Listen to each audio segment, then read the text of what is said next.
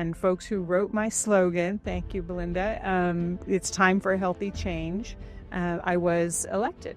At the time in 2009, I believe the city had just undergone a comprehensive planning process, right, where the entire community was engaged around a plan called Imagine Brownsville. You know, at the time, the challenge, of course, it had a different name at the time, but it started with the people in mind.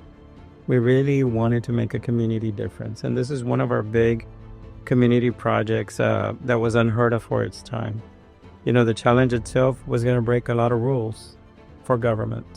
People and entities coming together and like, I can do this, and I can do this, and I can do that. That created such a sense of ownership, and that was momentum building, right? Motion as well. And when there was an initiative to start the farmers market, I jumped in and started working with the team at the school and the health department to make that a reality.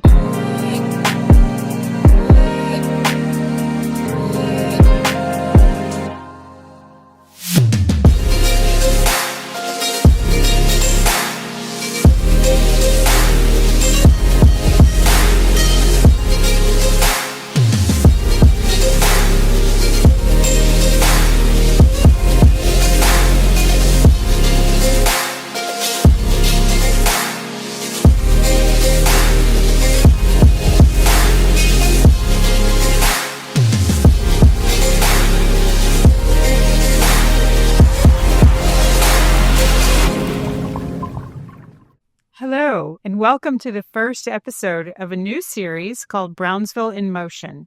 I'm Rose Gowen. I'm a retired obstetrician gynecologist and a retired city commissioner, and I'm here with some of my best friends and best colleagues to talk about how we came to today and what we need to do moving forward in Brownsville in the terms of health, wellness, and vibrancy.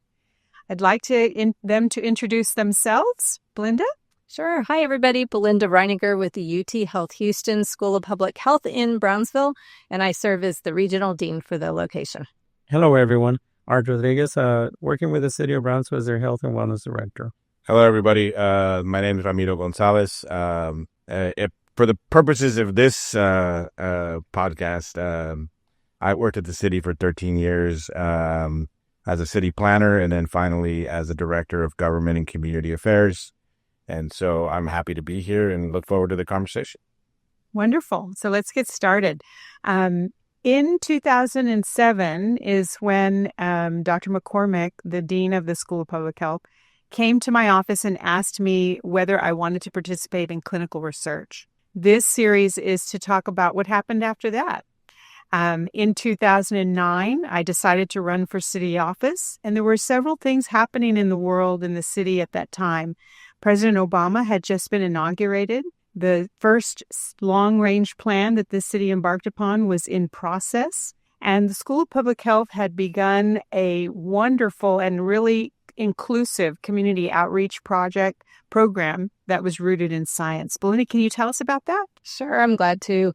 You know, the School of Public Health was founded around 2001 through some legislative action by the state of Texas. And Dr. Joseph McCormick was our founding dean and longest standing dean for the location, and really launched this idea of we need to, number one, understand the health disparities, the health issues facing the Rio Grande Valley. And we knew they were extensive, but like, what were the factors that were influencing them and what extent were there? So he launched what's now known as the Cameron County Hispanic Cohort that's been going for nearly 20 years. They're starting 20-year follow-ups, and they follow individuals living in Brownsville who have been randomly selected, and they follow folks every 5 years, looking at what are the health issues currently facing them.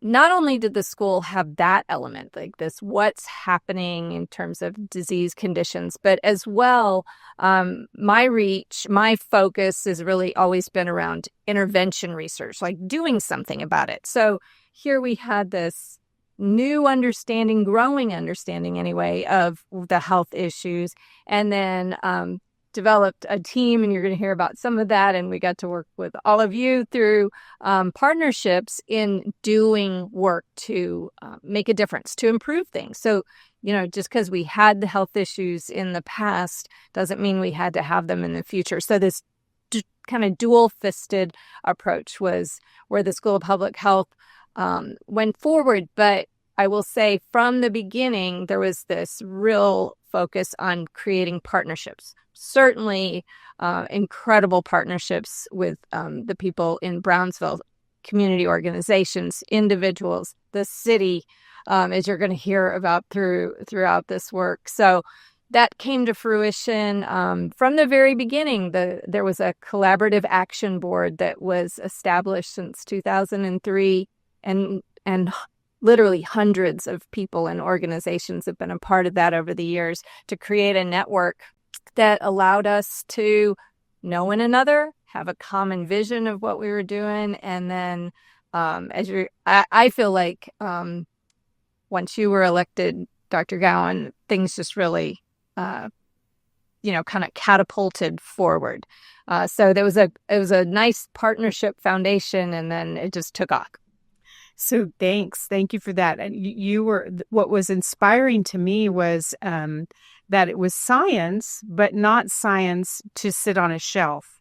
Your intent at the school, both you and Dr. McCormick, was to take that science and actually put it into action to change the community. And I think that was the big difference, unlike other research areas that may not approach it in that way. I'm really glad you said that. One of in the intervention work we were doing, where we talked about, now we know that there's these conditions, let's do something about it. The approach we took is absolutely based on science and using a multi-level kind of strategies, kind of bundled together. And that ended up being the Tu Salud Sí Cuenta campaign. And so the actual strategies that we have used and now shown to work are based on what some other communities, but none on the U.S.-Mexico border, none focused on Hispanic populations. So we had to make it ours. We had to make it fit our community, and we did. Terrific. Art, what was the health department up to back in 2009? Well, I joined the city as a health director, but at the time, the title health director, it was really an environmental department. So it was a bit misleading. There was nothing in the health department that was really anything that we could fast forward to today call that was in place at that time. Really, the only thing we did back then was mosquito and food inspections. And over the years, the conversation that we began to gain some traction on what we were seeing was not out there. Right about then, if you're from Brownsville, you will remember there were some gyms that were going out of business in Brownsville. This is 2008, 2009. The economy was just at the time coming into a time where we started to have conversations about any programming with the School of Public Health for employee wellness, and none existed, and nothing existed in the community.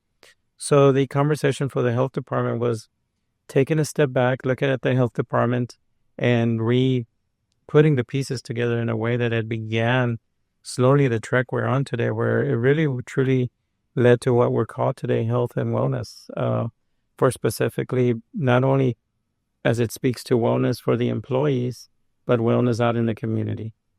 I think it's important to note as well that you earned your Master's of Public Health with Belinda and Dr. McCormick at the School of Public Health. And that research, we have to say, found enormous rates of diabetes. 1 in 3 people, I believe, were found to be diabetic when the national average was 1 in 10. And that was all happening at the same time, that realization. And as a planner, Ramiro, you are well aware of what a long-range plan does. Can you tell us what that long-range plan was like? What was its theme, so to speak? Well, in 2009, I wasn't even here. But no, in 2009, I was in Austin. I was getting my master's in urban planning. And really,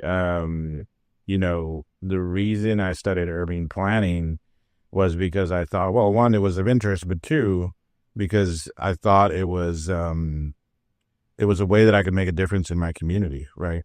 Me thinking that I could possibly come back to Brownsville at some point. And so November of, I applied for a comprehensive planning manager job at the planning department.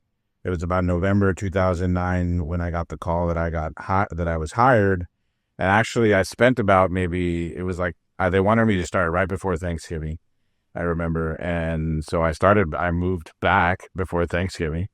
And with the understanding that I flew back and forth a couple of times to Austin to attend classes and, that kind of stuff. And so at the time in 2009, I believe the city had just undergone a comprehensive planning process, right, where the entire community was engaged around a plan called Imagine Brownsville. And so, that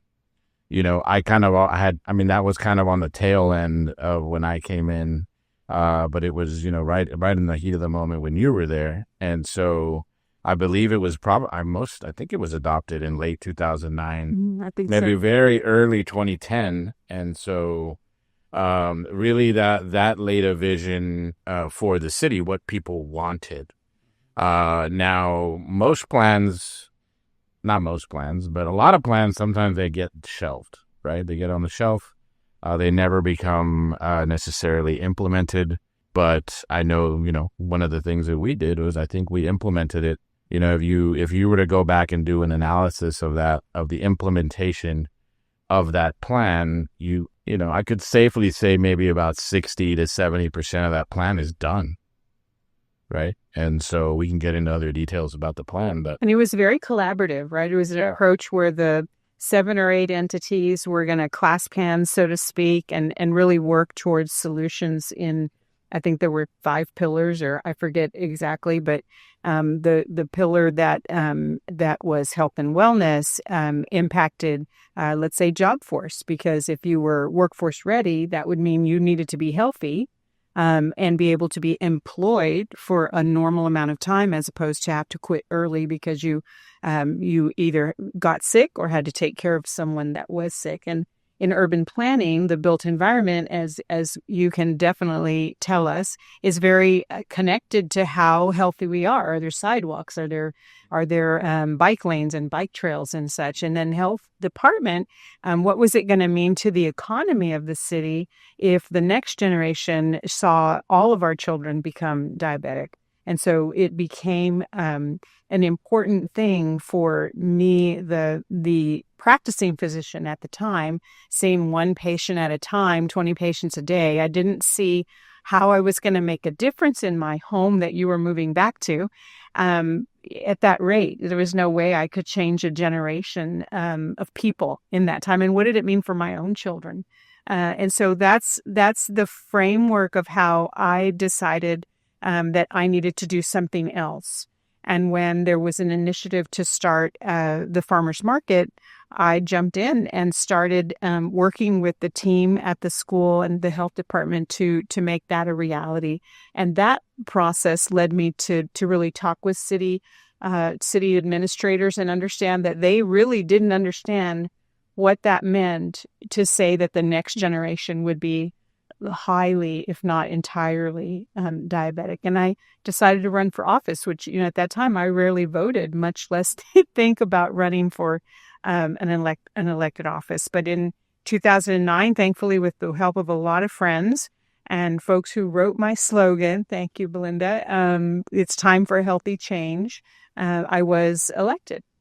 And one of the things that happened first was panic, that I was there and didn't know what to do.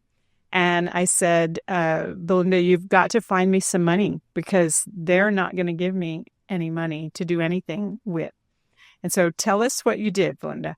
Well, one of the great opportunities for students is to work on real life issues, right? To have that internship experience where someone says, hey, we need this, we want to do this. And that's exactly what Rose did. And so we identified a summer student who had was visiting us, working with us from Austin.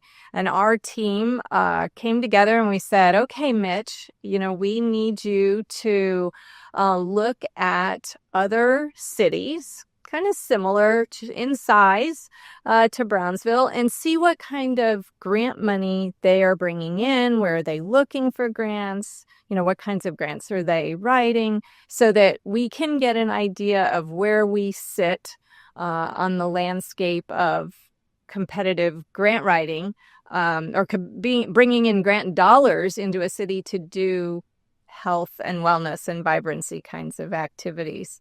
So you want to pick it up from there? So Mitch very unknowingly did a very meaningful study, and he showed us that he looked at 17 cities of similar size, and Brownsville was dead last. McAllen was barely above Brownsville. And we put those numbers to per capita, and it was something like $13 per capita that Brownsville captured. But Abilene, for instance, captured $271 per capita.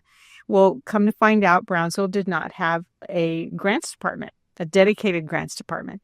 And so I took that data to the city manager. Actually, I took it to the planning department. Planning department took it to the city manager, and that the city manager agreed with that information to hire 2 part-time grant writers. Well, today there are 3 full-time grant writers.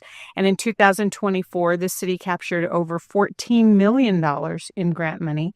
And that's just 1 year. Most other years between 2009 and now, they've captured at least 5 to 10 million per year. So that one little summer science project began something that has meant an enormous amount of revenue to the city of Brownsville for all sorts of things that are needed for our people that we are very, very grateful for. And aside from that is that years later, I was asked to deliver a proclamation to Dr. Trapp on his birthday. He was a local family practitioner when I was a child. So I went to deliver the proclamation, and a young man came out of the audience afterwards and said, "Hi, Dr. Gowen, do you remember me?" And I said, "No, I'm sorry, I don't remember you. Well, I'm Mitch." He was the young man who had done the summer science project. He was now an oral surgeon, and he was the grandson of Dr. Trapp. And it turned out, in talking to him as I was sobbing, that he had no idea that his summer science project turned into anything of importance for the city of Brownsville. And I didn't know he was connected to another person from Brownsville. And it turned out that he randomly just wanted to spend the summer with his grandparents. And that's why he signed up for the summer science internship, not because of any other reason. So how random and appropriate, talk about timing, that he was here that summer, did that work, and had that deep connection. So it's a lovely story that always makes me a little teary-eyed to think about that work. So in science internships for young people are very important, and you never know exactly what can come of that. So what do you think about the challenge, Art? Because that was our second big initiative after 2009. At the time, the challenge, of course, it had a different name at the time, but it started with the people in mind. We really wanted to make a community difference. And this is one of our big community projects that was unheard of for its time. The challenge itself was going to break a lot of rules for government. We were going to shut down streets. We were going to invite people over for a few hours, and we were going to promote healthy and wellness. And, you're combining all 3 of them into an event that ends up becoming a very successful event. The challenge at the time was drawing hundreds of people, and even ended up being in the thousands of people. And when you come to Brownsville, you don't appreciate the walking perspective, how walkable, how many different varieties of birds and species you have in the downtown area. So it gives a new perspective when you're walking Brownsville, when you're riding a bike in Brownsville.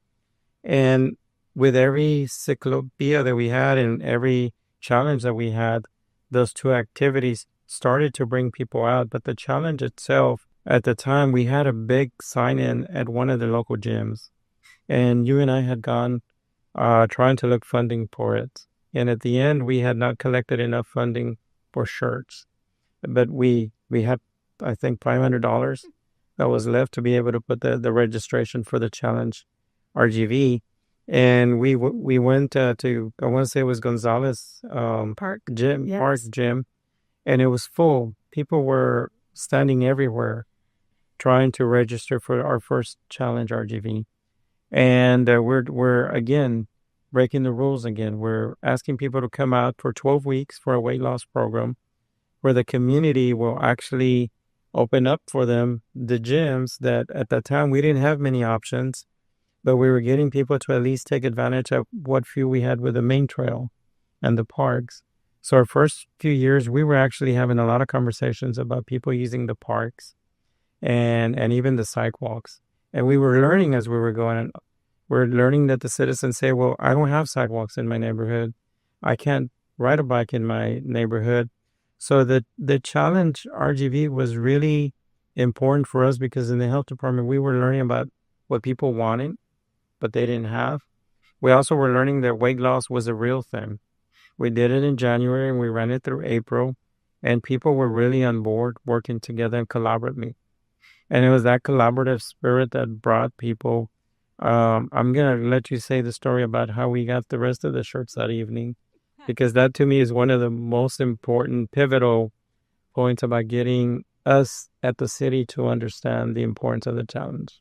You're so right. So Art and I went to the city manager and the city finance director, and we had already estimated that we needed about $35,000 to run the challenge that first time.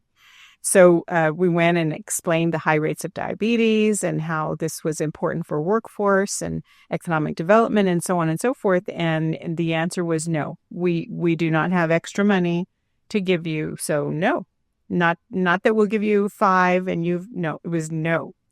So Art and I looked at each other and we said, thank you very much. And we walked out and we rolled out that Imagine Brownsville shiny document.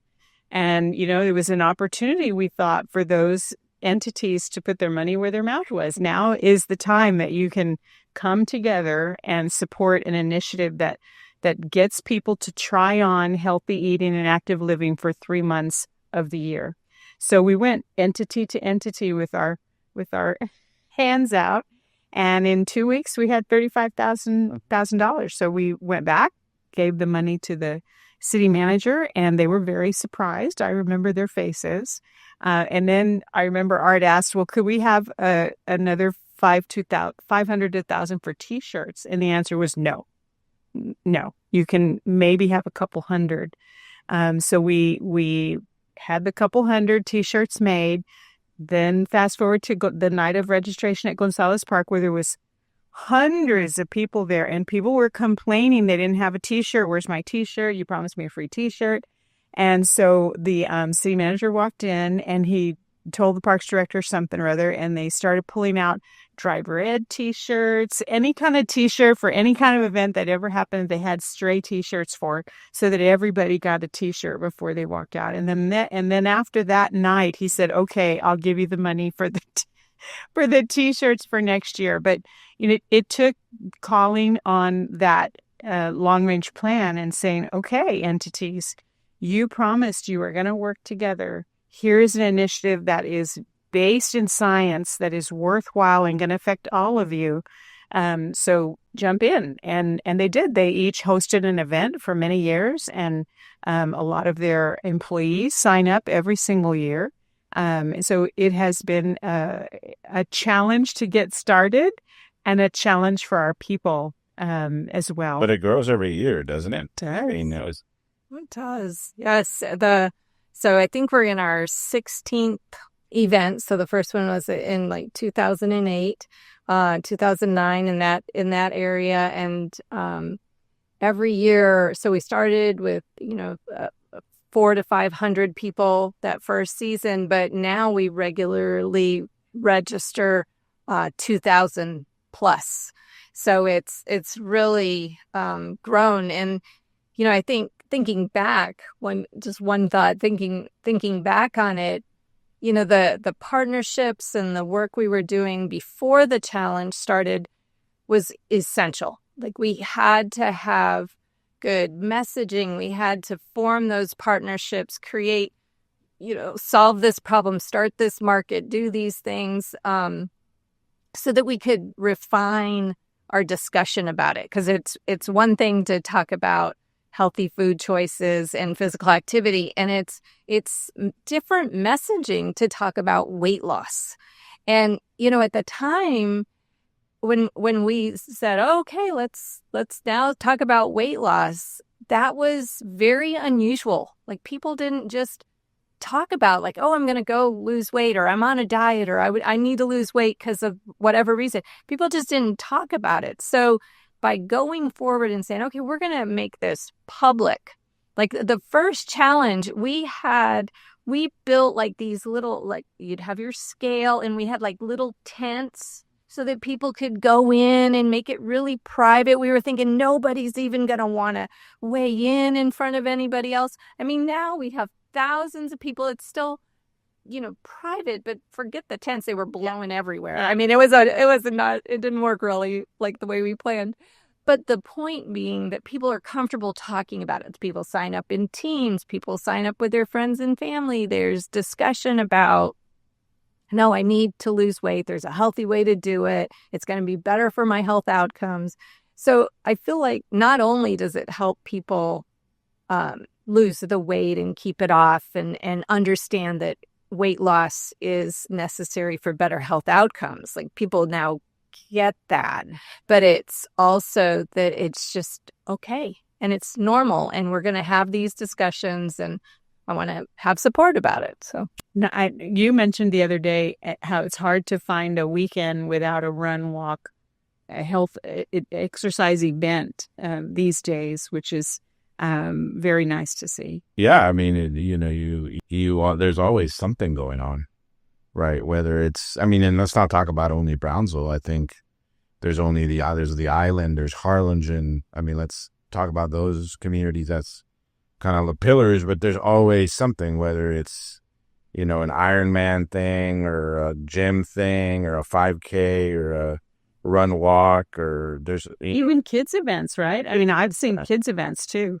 The zoo came on board. I think they do Yes. the sea turtle run or an ocelot run, and that's kind of a yearly thing that people look forward to. So there's always things going on now. When in 2009 you didn't really ever see that, right? Once in a while, maybe once a year. Is pretty rare. And I think it's, Brownsville's somewhat special in the sense of community, right? So this weekend, actually, I had a friend from McAllen who's an architect, and he came to, well, actually, it's another active thing. They came to pick up their son from McAllen because they came to Camp Rio. Oh. Right. And so we forget about Camp Rio sometimes, right? True. So, anyways, after they picked up the son, they came to the linear park. They came to the farmer's market, and they were just kind of taken aback. And I think this happens every year because it's like the third time they do it. But it's taken aback that, like, everybody, a lot of people just hang out on Saturday, right? They go have coffee, friends, people you always see either familiar or new faces on Saturday. And so, he was kind of like, well, this doesn't happen in the Upper Valley, right? So, having those community spaces, much like we have Market Square, we can get into all the built environment stuff that we did, but just having those spaces makes us different. It does. Right? It does. And those battles were not easy. I remember when you were talking about funding, funding was, I look at things now, or I look at, leaders now where I'm not going to say there's just plenty of funding, but it's definitely, there's more funding than there was 15 years ago. Correct. Just the city budget is growing from, I don't know, like 70 million to 130 million in 15, 20 years. That's a lot of money, right?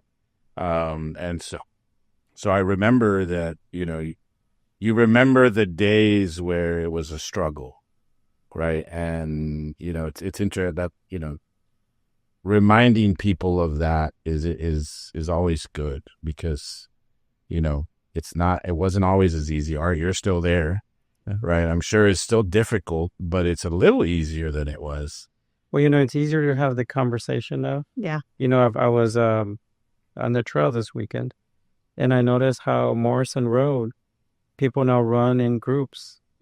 There was a group running, and I see that normally whether it's an afternoon or a morning, when it's usually after the sun setting, I find myself running into groups of people running at the least two, but at the most I've seen like almost a dozen people running as a group. And those kind of conversations are easier now because people understand the concept to be able to take advantage of your own neighborhood has sidewalks or has the safe streets. And I really feel that all these activities started with the challenge and all the questions that were pushed back, and not pushed back, but were asked of us at the time.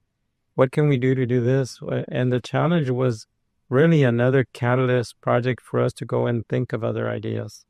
Fast forward to this last challenge, Brownsville, we're now doing RGV. That's right. All the way to Edinburgh, correct? Right. That's right. Second season where we've been working with Edinburgh, and the multiple city partners across the valley have locations where they can weigh in as well. But we had a bull weigh in and weigh out in Edinburgh this year, and it's great to see the momentum building and the partnerships. And it kind of goes back to what Ramiro was saying. There may be more funding coming in, and I think that is true.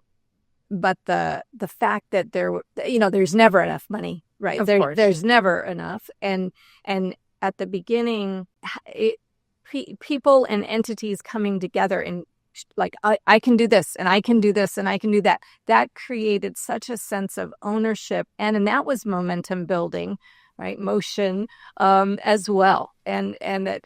No, we need you. Like, we need you in all forms, financially, your heart, your, body's doing things. So, I think people forget. So what started as something like the farmers market. I mean, if you really analyze what started as kind of like this healthful thing based in science, right? Healthy eating, getting more fruits and access, however long you want to take that, has actually, one, created a sense of place, right?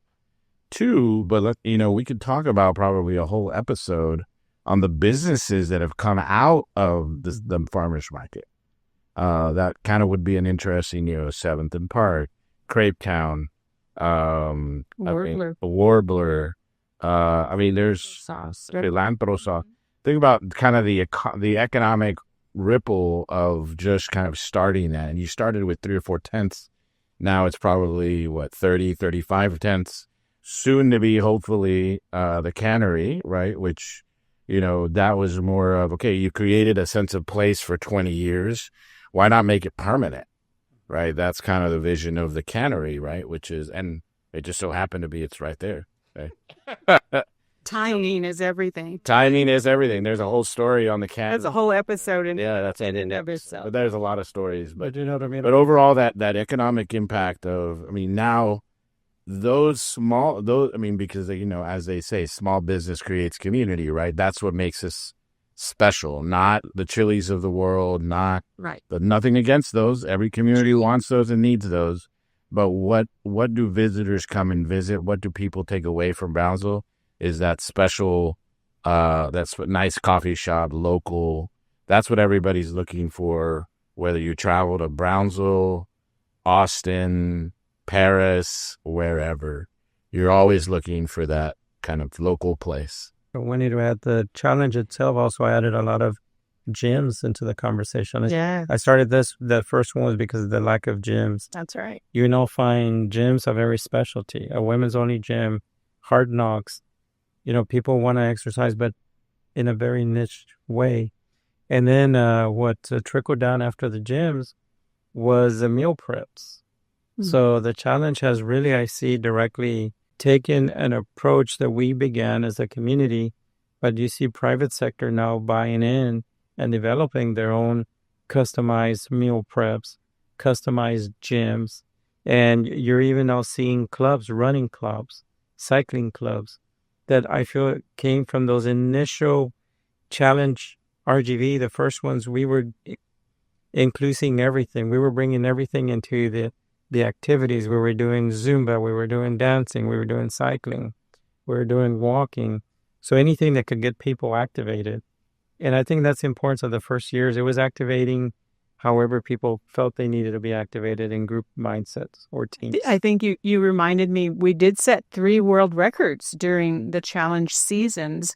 And the first one being Zumba. We wanted to explore other types of exercise, not just running or bike riding, but Zumba or dance. And I recall having the bat phone, as I called it, the morning of the Zumba event there at the sports park. And the phone rang and I said, hello. And it was a woman from McAllen. And she said, "What are you doing over there?" And I said, "Well, we're doing setting a world record with the largest number of people to Zumba at one time." She said, "Well, why don't you do it in McAllen?" I said, "Because we're from Brownsville. And why don't you come over here?" "No, I can't come all that way, but I really wish McAllen would do something like that." And I remember thinking, okay, we got this. This is a good thing if people are calling for this. But also I remember in one of the early years, Academy was one of our sponsors. And I recall we had a weigh-in outside Academy, if I remember correctly. And I remember going in to get a water or something. And boom, it hit me in the face. It used to be Academy had like maybe 10 bikes in the back. And that year they pulled all the bikes to the front and there was like 50 on display. And I thought, okay, we're onto something here. If an Academy is listening to what we're saying, that is meaningful, and it's hitting the economy of what they sell and what people are demanding that they want to buy when they go into a store like that. So workforce ready. We are not yet, although we are getting better and better as we improve the health and wellness of the people in the community. And when Ramiro moved back to Brownsville and joined the planning department, I remember you and I met once, and I wanted to talk about a sidewalk ordinance. I think that was the first thing. And you just shook your head. I remember you sitting there and shook your head, and the current codes don't allow for that, I recall. But you made it work. You were a young planner who wanted to make a difference in this community. And that taught me the value of planning and the built environment. And so as we move towards the next episodes, we'll talk about how we then journeyed into urban design and the built environment and all those other pieces. Because really, when you're talking about health and wellness, I don't know who said it, but it's not about a silver bullet, but it's about silver buckshot. And that there are so many pieces to it that if you focus on the bullet, you're going to miss the forest for the trees, so to speak. Well, that sidewalk was just, the sidewalk ordinance was just super easy. I mean, it had just never been done. There was always there's always developer doesn't want to take on additional cost. But we made it a part of the process, a part of the building process, and we started to fill in. And I mean, obviously you still have gaps out there. Sure. And then I remember, but yeah, at a minimum, we said, hey, the new neighborhoods, the older neighborhoods, you got to build a sidewalk. Like if you're a part of your house, and now it just happens. Right.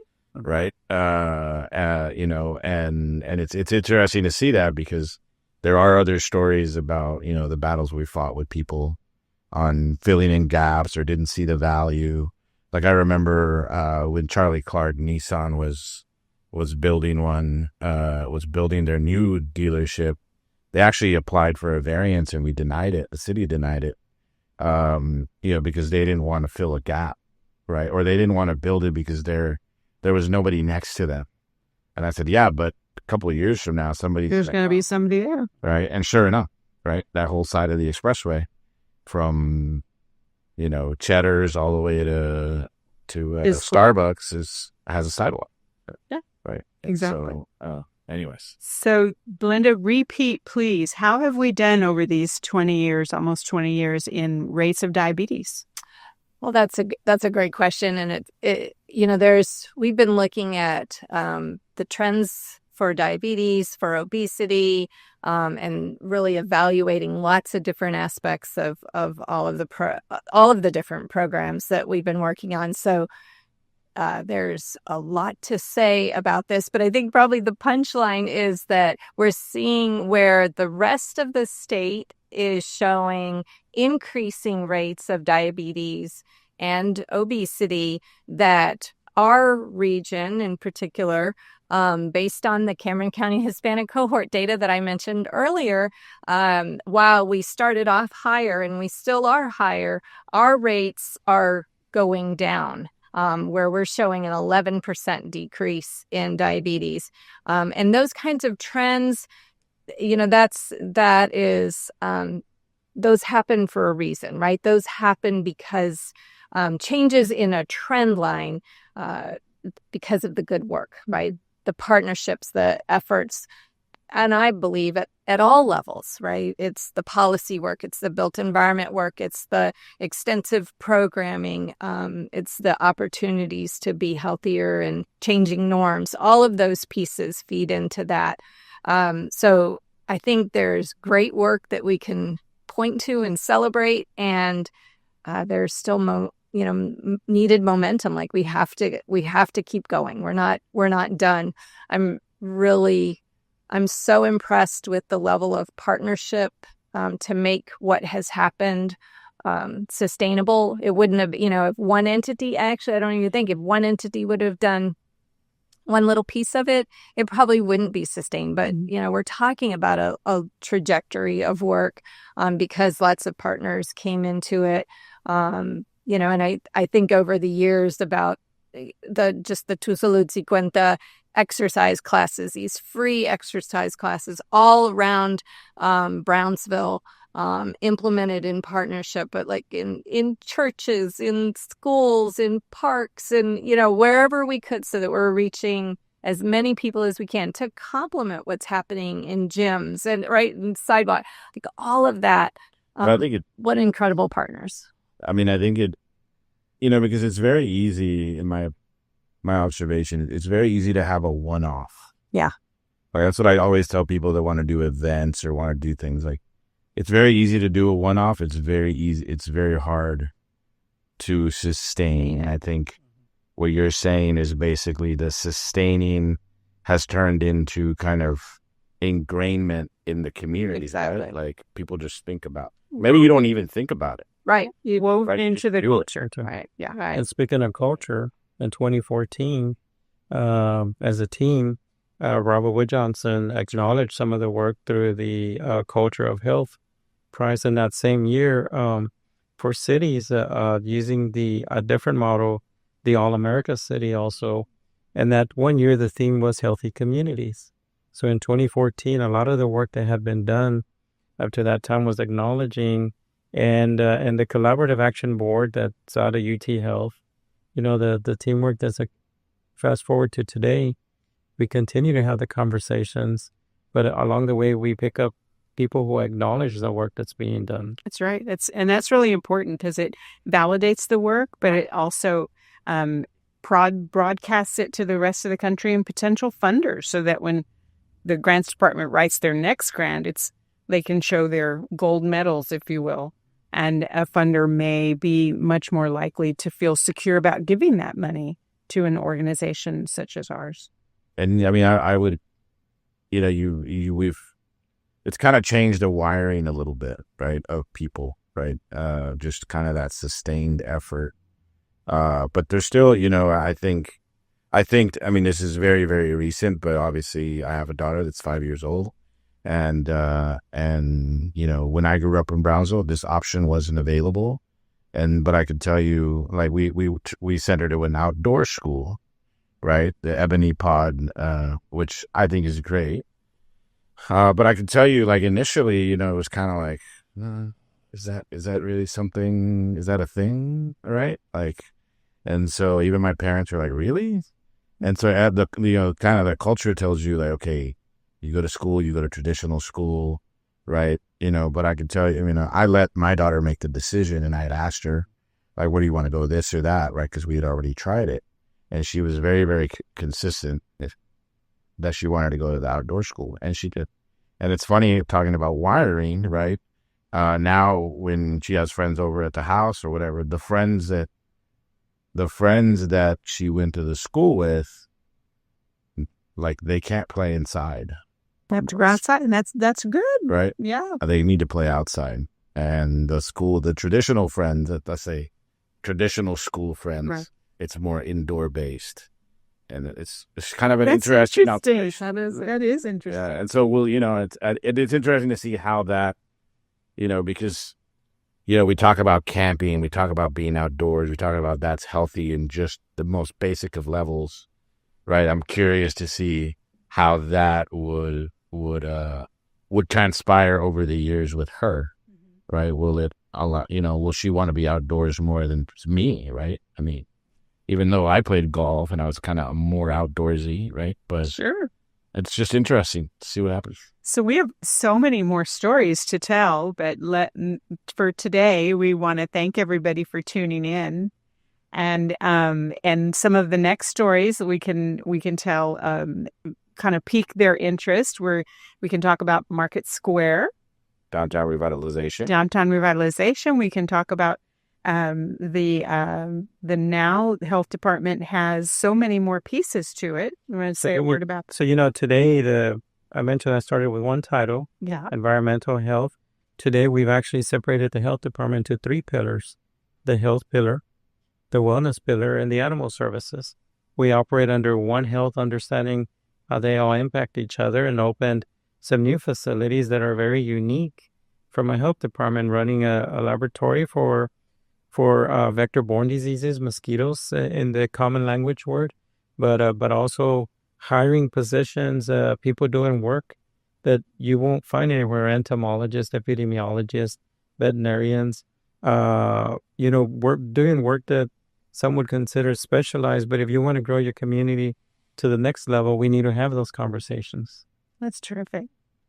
And what's new for next for School of Public Health? More research, more partnerships, and we'll be glad to talk more about that for sure. But I think we're learning a lot about some of the unique risk factors that we have here in the Rio Grande Valley, and we're also really excited about some new intervention strategies we want to test and learn more about, and take like the latest, greatest science about weight loss or about physical activity and healthy food choice and put it into play. So there's always more to do, and we want to continue to create the offerings that we have around physical activity, the healthy food choice, all in partnership. That reminds me of one more thing, which is, even though Art and I had to really convince city management at the time to start to participate, the fact that everything we did, your School of Public Health was there to evaluate the efficiency, the use of those dollars. There was never a dollar that was misplaced or wasted. And so you gave us that data that we could then go back to city management and say, look, if you invest this money, this is how it's going to be used. These are the results you're going to see, and not $1 is going to get wasted. So science. Even in urban design, we look at Market Square, which was a huge challenge that we'll hear about in another episode. But then we could build a trail. We could document how many people used it and how many businesses opened around it, and so forth and so on. So thank you so much for tuning in, and we hope we've entertained you, given you a bit of inspiration, documented how we created the recipe that you see, and also sparked your interest to tune in again. Thanks.